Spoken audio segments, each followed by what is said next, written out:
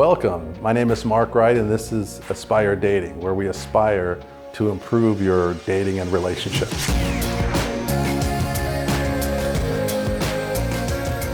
Start to rebuild your life, bring joy in your life, become who you were meant to be, become your true self. Aspire to make a difference.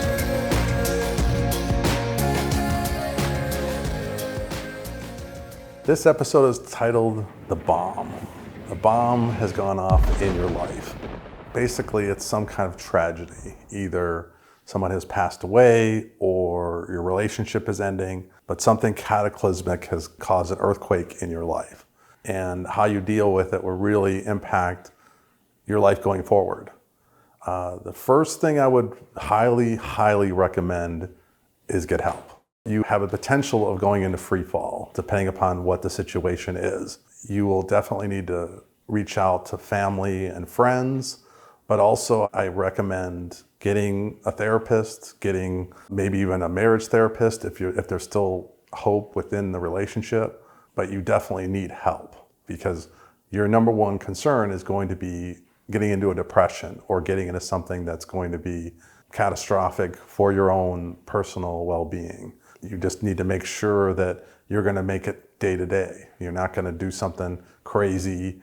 You don't want to, abandon your whole life, do the David Banner Incredible Hulk where you decide to leave everything behind and you go from town to town as a vagabond. Believe me, from personal experience, I actually thought about that. Fortunately, I have kids, so I would never do something like that, but I did think about it. The important thing I would recommend is to start to rebuild your life. Bring joy into your life, try to build happiness. It's really up to you to actually make yourself happy. No one else can. You need to focus on that. You need to basically let yourself feel your emotions, let yourself deal with it without devastating yourself, but also look at the positive side. This is not going to be like this forever. Things will get better. Things will improve. But you also have to take the bull by the horns, and you are responsible for doing that for yourself. My mother passed away when I was young, so my dad dealt with losing both my mom and my stepmother. So he had to go through those tragedies, and it was devastating for him. It took him years to recover. He could get some help to kind of guide him through it, but he also started to take next steps. He had a buddy of his that kept bugging him to play pickleball.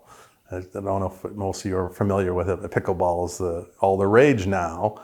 And he had a friend of his that kept saying, go play pickleball, come play pickleball. And he's like, no, I don't want to do that. My wife just died. Why do I want to go play pickleball? Well, ask him now. He plays 3 or 4 times a week. He's lost 30 pounds and his best friends all came from pickleball. So he's got a whole community he's built directly from pickleball. And that has been over the last 3 or 4 years.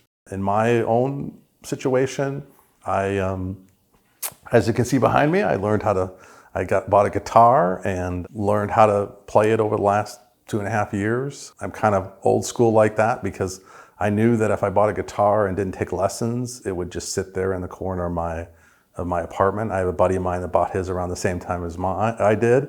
And yeah, his still is collecting dust. I don't think he's touched it in about a year.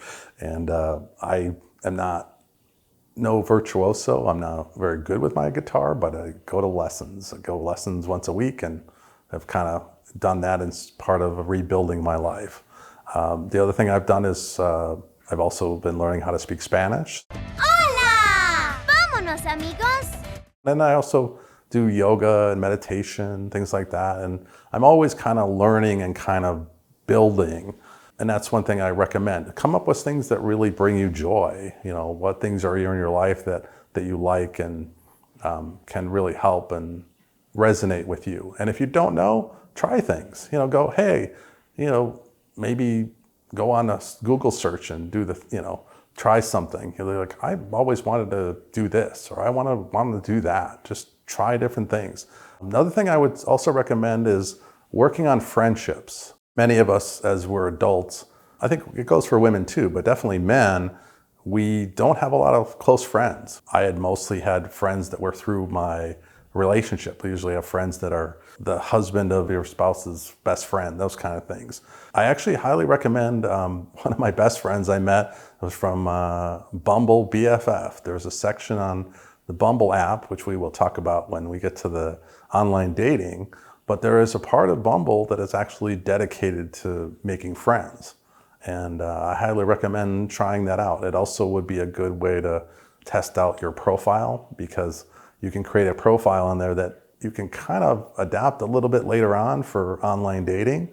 And it kind of is nice because it gives you some practice for dating, but you're not dating for something romantic. You're actually just trying to build a friendship. So it's kind of a nice, it has some similarities to online dating, but it's definitely something you can do way before you're ready for online dating.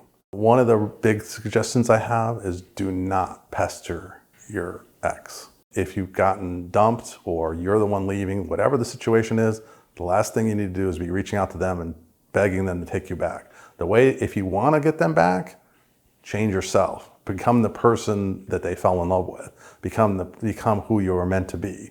And then if there's a chance of them coming back, that would be the thing. That's one of the things I highly recommend, is become who you were meant to be. Become your true self.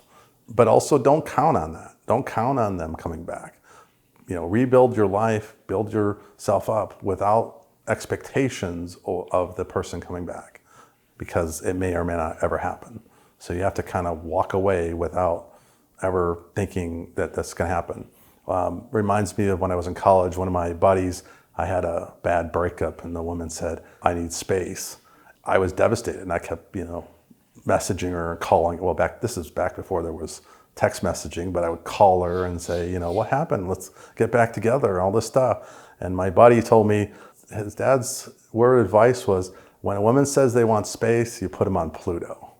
And that's my recommendation to any of you guys, and women too. Put them on Pluto. If a guy doesn't want to be with you, let him go. Please like and share this video with anyone who may benefit from its content.